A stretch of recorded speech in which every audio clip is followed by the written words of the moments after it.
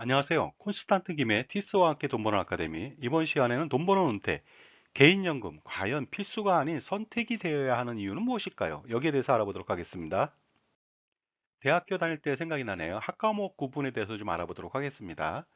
교양 선택, 교양 필수, 전공 선택, 전공 필수가 있는데 이 중에서 교양 필수하고 전공 필수는 반드시 들어야 되고 교양 선택과 전공 선택은 일부를 선택해서 들으면 됩니다. 결국 뭐냐면 많은 교양과 많은 전공을 선택하지 않게 되는 결과가 나오죠. 그렇다면 개인연금은 전공 필수일까요? 전공 선택일까요? 아니면 교양 필수일까요? 교양 선택일까요? 선택하지 않아도 될까요? 반드시 선택해야 될까요? 그동안의 노후 준비에 있어서 패러다임은요, 바로 3층 보장론에 입각해서 개인연금이 절대적인 위치를 차지한다고 강조해 왔거든요. 과연 그럴까요? 과거의 3층 보장론은 이렇습니다. 1층에 국민연금, 국민의 기본 생활을 보장해주고 최저 생활을 보장해주고 있습니다. 그 다음에 2층에는 퇴직연금, 표준적인 생활을 보장해준다. 3층은 조금 더 여유로운 생활을 보장해주기 위해서 개인연금을 반드시 들어야 된다 하고 얘기를 했죠. 그 이유는 이렇습니다. 국민연금이 시행 초기라는 거죠. 그러다 보니까 지금도 뭐 매월 50만 원이 안 되게 연금을 받는데 과거에는 50만 원 내외밖에 안 됐을 겁니다. 굉장히 적고 그다음에 외벌이가 많았죠. 그다음에 퇴직연금도 어느 통계에 보니까 뭐 30만 원도 안 되더라고요. 그 이유는 뭐냐면 대부분 다 중간정산, 퇴직금 중간정산을 했다는 거죠. 그다음에 퇴직 안전장치도 없었고요. 그러다 보니까 어떻습니까? 3층 보장이라고 해서 그 1층하고 2층이 미약하니까 개인이 보장을 받으세요 하고 3층 보장론이 그 부각되고 있었던 것이죠. 결국 뭐냐면은요, 과거에는 이 말이 맞겠죠. 연금이 필수입니다. 개인연금이 필수입니다. 왜냐하면 1, 2층 보장이 너무나도 턱없이 부족했기 때문입니다. 그런데 지금도 그러한 3층 보장론이 유효할까요? 절대 그렇지 않습니다. 왜 그러냐면요. 현재 1층 보장 국민연금은 국민의 기본 생활과 최저 생활비 보장을 해주는 것이 아닙니다.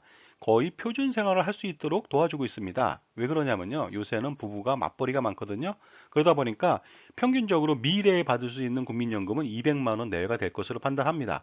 그 다음에 외벌이라 할지라도 그 소득이 없는 사람이 임의가입을 통해서 200만 원 내외를 받을 수가 있으니까 이것만으로도 표준 활동은 가능하다고 볼 수가 있는 것이죠.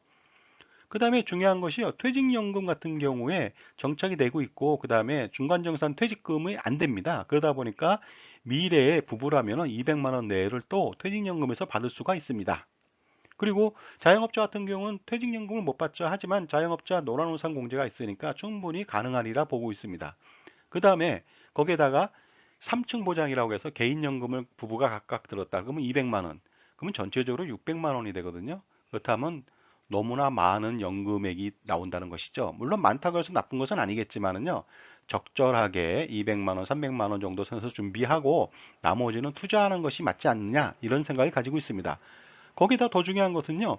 주택연금으로서 아니면 주택연금이 아니라 주택으로부터 임대료 수입을 통해서 매월 100에서 200만 원까지도 받을 수 있는 여건이 되다 보니까요. 이제는 3층 모장론에서 3층은 필요 없게 되었습니다. 그래도 만약에 굳이 가입하려고 한다면은 바로 이것 연금저축은 가능합니다. 왜냐하면요. 세액공제를 통해서 그 연말정산이나 종합소득세 절세 효과가 뚜렷하기 때문에 그렇습니다. 그렇다면 투자와 개인연금을 한번 비교해 볼까요?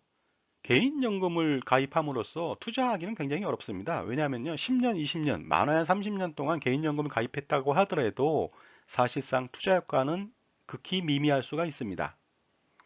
그래서 개인연금보다는요, 투자형 상품을 활용해서 AI 투자 상품들 많이 있지 않습니까? 그래서 자산을 증식하는 것이 더 중요합니다. 그러므로 개인연금은요, 교양 필수도 아니고 전공 필수도 아닌 교양 선택이 되어야만 합니다.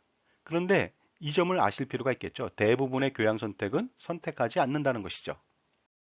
이제 노후 보장은요, 1, 2층으로 충분합니다. 물론 이제 회사를 잘 다니고, 그 다음에 지속적으로 연봉이 올라가고, 이런다면 더 효과적이겠죠. 그러므로 1, 2층이면 충분하기 때문에 3층이 필요 없고요. 투자가 가장 중요하다고 볼 수가 있습니다.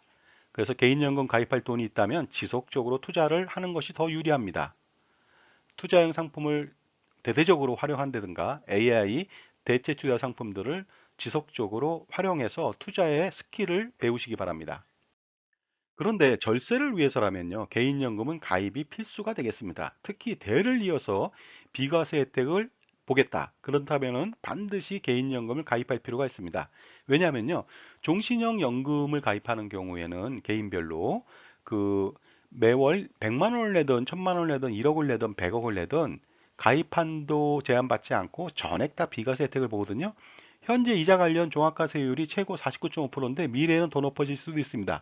이 세금을 할아버지부터 아버지, 손자녀까지 전부 다 내지 않고서 효과적으로 자산을 운영할 수도 있기 때문에 반드시 개인연금 가입은 필수가 될 수가 있습니다.